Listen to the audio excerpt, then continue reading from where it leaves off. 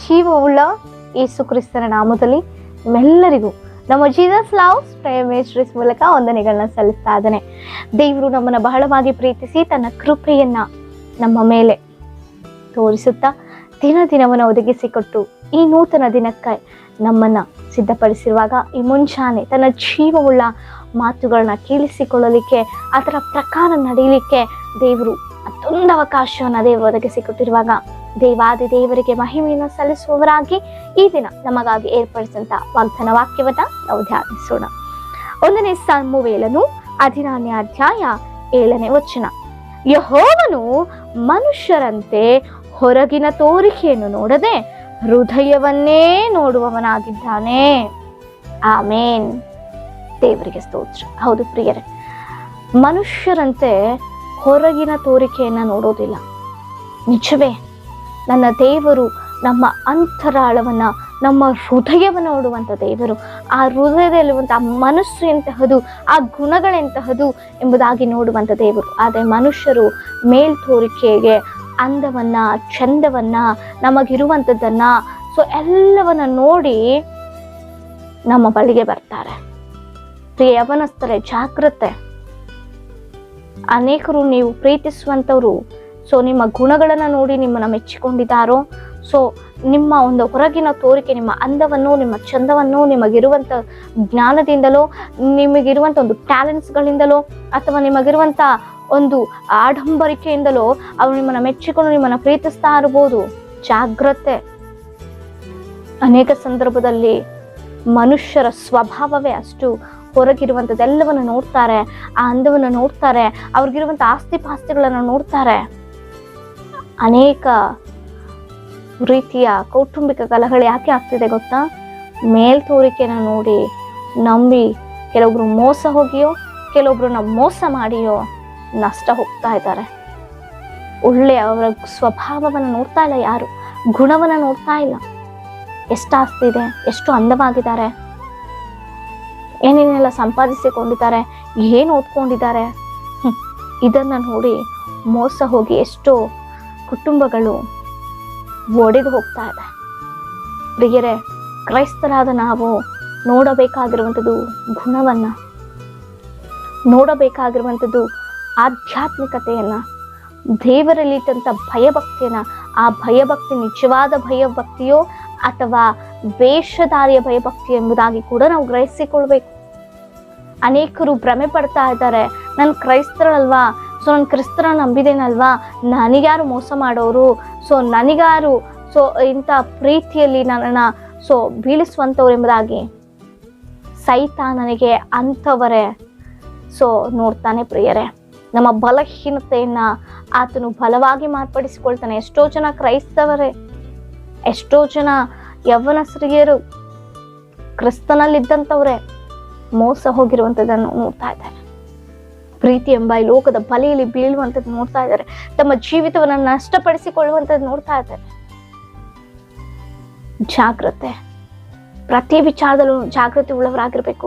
ಯಾವ ಮನುಷ್ಯರು ಸ್ನೇಹಿತರೆಂಬುದಾಗಿ ಬರಬಹುದು, ಪರಿಚಯಸ್ಥರೆಂಬುದಾಗಿ ಬರಬಹುದು, ಬಂಧುಗಳೇ ಇರ್ಬೋದು, ಒಡ ಹುಟ್ಟಿದವರೇ ಇರ್ಬೋದು, ಯಾವ ಮನುಷ್ಯರು ಕೂಡ ನಮ್ಮ ಹೃದಯವನ್ನು ನೋಡಿ ನಮಗೆ ಒಂದು ಸಹಾಯವನ್ನು ಮಾಡೋದಿಲ್ಲ. ನಮ್ಮ ಹೃದಯದ ಸ್ವಭಾವಗಳನ್ನು ನೋಡಿ ನಮಗೆ ಮೇಲಾದ ಕಾರ್ಯಗಳನ್ನ ಮಾಡಲಿಕ್ಕೆ ಮುಂದಾಗೋದಿಲ್ಲ. ನಮಗೆ ಏನಿದೆ ಎಂಬುದಾಗಿ ನೋಡಿ ಪ್ರೀತಿಯನ್ನು ಬಯಸ್ತಾರೆ. ಈ ಲೋಕದ ಪ್ರೀತಿಯೇ ಕಲ್ಮಶದ ಪ್ರೀತಿ, ಆಶಿಸುವಂತ ಪ್ರೀತಿ. ಎಷ್ಟೋ ಜನರು ಈ ಒಂದು ಮಾಯೆಯಲ್ಲಿ ಬಿದ್ದು ಹೋಗ್ತಾ ಇದ್ದಾರೆ, ಈ ಲೋಕದ ಒಂದು ಪಾಪದಲ್ಲಿ ಬಿದ್ದು ಹೋಗ್ತಾ ಇದ್ದಾರೆ.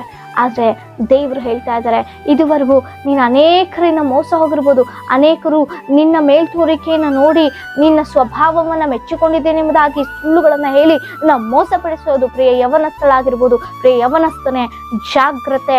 ಇದುವರೆಗೂ ನೀನು ಮೋಸ ಹೋಗಿರ್ಬೋದು, ಆದರೆ ದೇವರು ಮತ್ತೊಂದು ಅವಕಾಶ ಕೊಡ್ತಾ ಇದ್ದಾರೆ. ಇನ್ನು ಮೇಲಾದರೂ ಜಾಗ್ರತೆ ಉಳ್ಳವರಾಗಿ ನಾವು ಜೀವಿಸುವಂಥವರಾಗಿರಬೇಕು. ಹೃದಯವನ್ನು ನೋಡುವಂಥ ದೇವರಿಗೆ ನಮ್ಮ ಭವಿಷ್ಯತ್ತನ್ನು ಒಪ್ಪಿಸಿಕೊಡುವಾಗ ಆತನು ನಮ್ಮ ಭವಿಷ್ಯತ್ತನ್ನು ನಿರ್ಧರಿಸುವಂಥ ದೇವರು. ನಮಗೆ ನಮಗಿಷ್ಟ ಇಲ್ಲ ಇದು ಎಂಬುದಾಗಿ ಎನಿಸಿದಾಗ್ಯೂ ಮುಂದೊಂದು ದಿನ ಭವಿಷ್ಯತ್ತಿನಲ್ಲಿ ಸೊ ದೇವರು ಮಾಡಿರುವಂತ ಕಾರ್ಯ ನಮಗೆ ಅರ್ಥವಾಗ್ಬೋದು. ಒಂದು ಸಂದರ್ಭದಲ್ಲಿ ನಾವು ಇಷ್ಟಪಟ್ಟು ನಮಗೆ ಸಿಗದೆ ಹೋಗಬಹುದು, ಆದರೆ ದೇವರು ನಮ್ಮ ಭವಿಷ್ಯತನ್ನ ರೂಪಿಸಿ ನಮಗೆ ಏನು ಬೇಕು, ಸೊ ನಮಗೇನು ಬೇಡ ಅದೆಲ್ಲವುಗಳನ್ನ ದೇವರು ಸರಿಪಡಿಸ್ತಾರೆ. ಪ್ರಿಯರೇ, ಮನುಷ್ಯರನ್ನ ನಂಬಿ ಮೋಸ ಹೋಗಬೇಡಿ. ನಿಮ್ಮನ್ನ ಅನೇಕರು ನೋಡಿ ನಿಮ್ಮನ್ನ ಮೋಸ ಮಾಡ್ಬೇಕೆಂಬುದಾಗಿ ನೆನೆಸ್ತಾ ಇರ್ಬೋದು. ಬಹಳ ಜಾಗ್ರತೆ ಉಳ್ಳವರಾಗಿ ಈ ಲೋಕದಲ್ಲಿ ನಾವು ಜೀವಿಸುವಂತವರಾಗಿರ್ಬೇಕು. ನಮ್ಮ ಆತ್ಮ ಎಲ್ಲೂ ಕೂಡ ನಷ್ಟ ಹೊಂದದಂತೆ, ದೇವರು ಕೊಟ್ಟಂತ ಈ ದೇಹವು ಇದು ದೇವರಿಗೆ ಆಲಯವಾಗಿರುವಂತೆ ನಾವು ನೋಡಿಕೊಳ್ಳಬೇಕೇ ಹೊರತು ಮನುಷ್ಯರ ಒಂದು ದೃಷ್ಟಿಗೆ ಮೆಚ್ಚುಗೆ ಆಗಿರ್ಬೇಕೆಂಬುದಾಗಿ ನಾವು ಬಯಸಬಾರದು. ಪ್ರಿಯರೇ, ಹೌದು, ಈ ಒಂದು ವಾಗ್ದಾನವನ್ನು ನೋಡ್ತಿರುವಂತ ಎಷ್ಟೋ ಜನ ನೀವು ಮೋಸ ಹೋಗಿರ್ಬೋದು, ಹೇಳಿಕೊಳ್ಳಲಾಗದಂತ ಸ್ಥಿತಿಯಲ್ಲಿರ್ಬೋದು. ಎಲ್ಲವೂ ಇದ್ದಾಗ ಎಲ್ಲರೂ ಇದ್ರು, ಈಗೇನು ಇಲ್ಲ, ನಾನು ಅಂದುಕೊಂಡೆ, ನನ್ನ ಸ್ವಭಾವ ನೋಡಿ ಮೆಚ್ಚಿಕೊಂಡು ನನಗೆ ಸಹಾಯಕವಾಗಿದ್ದಾರೆ ಎಂಬುದಾಗಿ, ಆದರೆ ಈ ರೀತಿಯಾಗಿ ದ್ರೋಹ ಮಾಡ್ತೇವೆ ನನಗೆ ಎನಿಸಿಲ್ಲ ಎಂಬುದಾಗಿ.